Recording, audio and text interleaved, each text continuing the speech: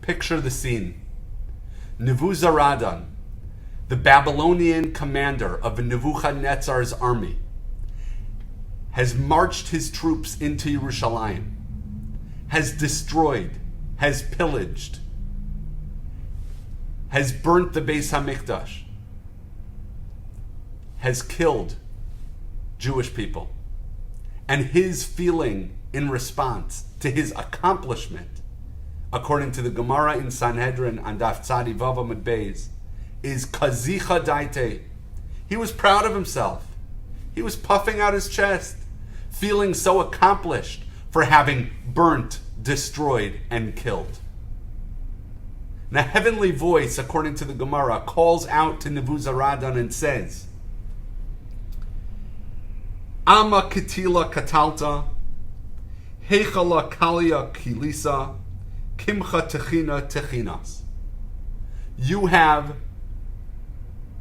destroyed a nation that was already destroyed. You have burnt a building that was already burnt. You have ground flour that has already been ground. Nevuzzadran, you think you're big stuff? You haven't actually accomplished anything. Because the Jewish people, the Jewish nation, was already destroyed. The Jewish temple was already destroyed. This flour has already been ground. So Nevuzzadran stands there and says, what does that mean? I destroyed these things. I burnt these things. I killed these people. What does it mean that it was already destroyed? So the Gemara tells us, Chazal tell us, that it was the Averos of the Jewish people that had already destroyed the nation. It was the Averos, the shortcomings of the Jewish people, that had already meant that the Beis HaMikdash was, for all practical purposes, destroyed. Yes, there were korbanos being brought there the day before. And yes, it's true, Nevuzzadran prevented that from occurring going forward. But really, when the Jewish people no longer have the ability to use the Beis HaMikdash as an avenue to connect to God, it's the Jewish people who have to look at ourselves and our own shortcomings. Because Nevuzzadran, the Babylonian commander, he doesn't get the credit for having destroyed the Beis HaMikdash, or the blame for having destroyed the Beis HaMikdash. Really, it's the Jewish people's own actions. Chazal tell us that the second Beis HaMikdash was destroyed because of sinas chinam, because we didn't adequately respect one another. We had baseless hatred for one another as Jewish people. And that the first Beis HaMikdash was destroyed because of particular averos that were also shortcomings of the Jewish people.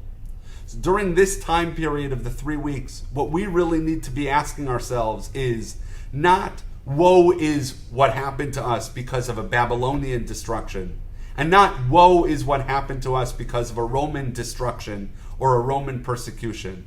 But today, the fact that we're still in exile today, the fact that we don't have a Beis HaMikdash today, is clearly a result of our own averos, our own shortcomings. The first Beis HaMikdash was destroyed, again, because of those 3 cardinal averos of Shvichas Damim, Gilui Arayos, and Avodah Zarah. The murder, the adultery, and the idol worship that the Jewish people were practicing. That's what destroyed the Beis HaMikdash, not the commander Nevuzzadran, who destroyed a building, as Chazal say, that was already destroyed, and killed people that for all intents and purposes were already killed. We have those averos to blame, which are the averos that we still carry today, in addition to the sinas chinam that we still practice, the fact that we don't love each other as Jews enough, we don't respect each other as Jews enough. So during this time period, that's the message that should stay with us.